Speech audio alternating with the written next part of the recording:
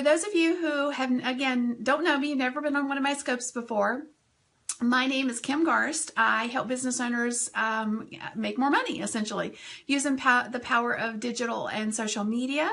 I have owned an online business for many years, over 20 plus years, built and sold many 6- and 7-figure businesses.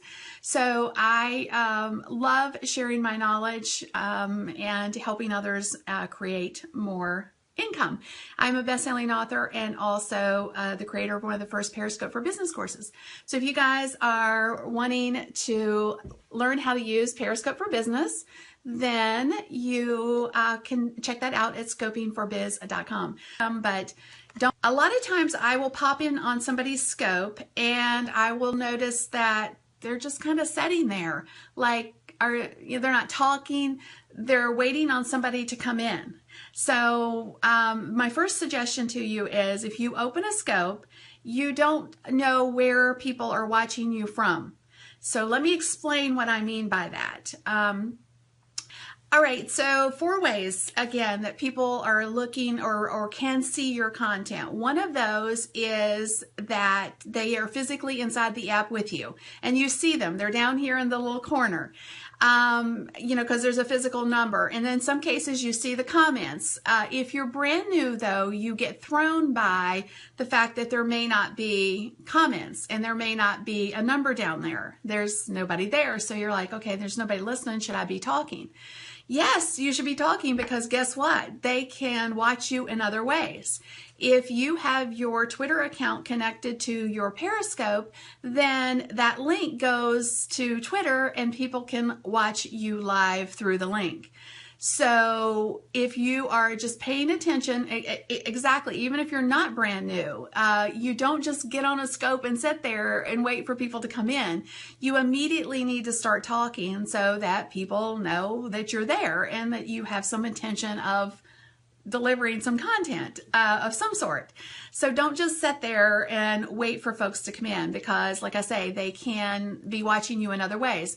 But the most important way, guys, is through the replay link. So if somebody pops onto your replay, either inside of the app or if they're watching the replay link, then if you're just sitting there with your head down, waiting for something to happen, or somebody to pay attention or listen, then, you just look ridiculous, frankly, because people are like, what are they doing? So you want to make sure that you are, you're talking. As soon as you open your scope, it doesn't matter if there's a number down here in the corner or not. You want to make sure that you're talking so that people are immediately engaged and it doesn't sound like, there's nothing happening.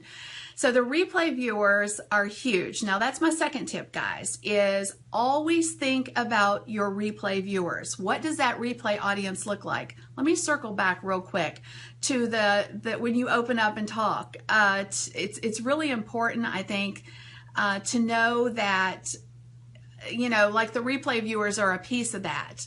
And, opening up your scopes and letting people know. So, for example, we have, roughly 200 people on this scope right now watching. That's my number down here. I see 195 is what I'm looking at right now.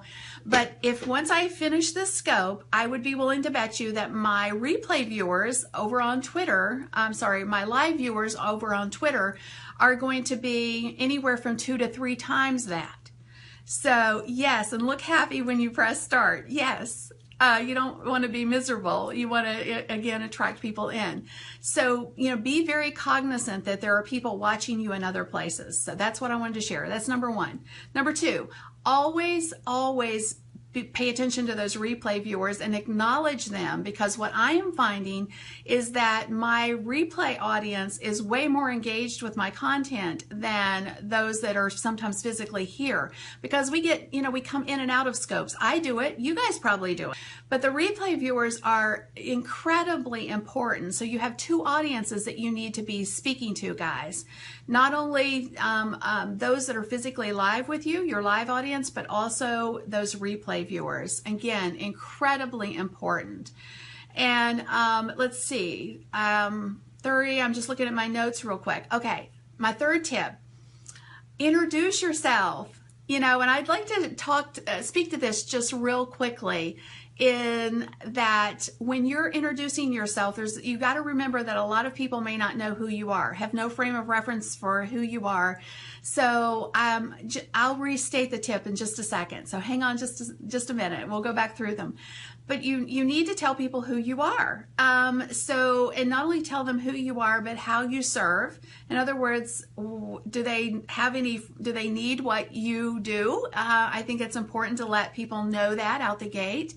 And then you need to build some credibility. Why should they be paying any attention to what you have to say? So let people know that you have a value proposition. Maybe you have some social proof, or you do something specific. Maybe you are a best-selling author. Or you don't even have to be a best-selling author. Maybe I'm the author of, anything of that nature that gives a little oomph to who you are, how you serve, and how you can help them.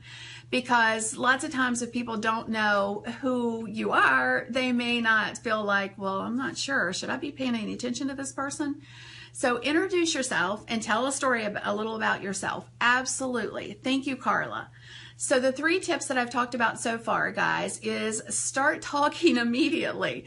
Don't just sit there when you first press that start broadcast button. In other words, if there's no number down here and you think you're by yourself, that's not technically the case. You could have people watching you, through the Twitter live link. All your replay viewers, you have to honor those, which was the second tip I had. Think about your replay audience and address them and honor them. And then introduce yourself was my third tip. And then my 4th tip is one that is a little bit more. It's one of those things you have to figure out for yourself, I think. I call them housekeeping tips. And sometimes I deviate from my housekeeping tips. And then sometimes I will, reintroduce them throughout. So for example, if you are, if you want to give a little 101 course on the front side, if you want to leave hearts, tap the screen. If you want to share it, this is how you share it. Kind of just some basic things. Some of those housekeeping tips might be things like, asking people to tell people, or asking those that are coming in to tell you where they're coming in from, or, acknowledging them in some way if they're new. So, kind of housekeeping tips are one of those things that I think, in my estimation, you develop a system and your own system for what makes sense to you and your scopes. But I think a lot of people are still pretty new to Periscope, and they don't even understand, the core basics. So you can incorporate a lot of things in that housekeeping space where, you talk about hearts, you talk about comments and following other people, and, those types of things. But finding that rhythm for yourself, I think, is important. And some of those you could incorporate throughout your scopes. I've found that sometimes I forget certain things that I didn't say on the front side. So those are kind of my core tips for you guys. And then my last tip, which is one that I will always say, is bring it. If you are going to do a scope, then don't come on to Periscope without some intent. What is your intent? Yes, I know. I couldn't believe I'm in my home office this morning. So I was like, yeah, I'm going to use these lights because I didn't have my Diva lights. So I turned off the overhead, got these on, and I think they're working pretty good. All right. Yes, Shalene is awesome. So those were the 5 tips, guys, for a great scope. Again, so many times I think on social, and I don't think that I don't see that Periscope is any different. So many times we throw stuff at the wall and we don't have a goal going into it.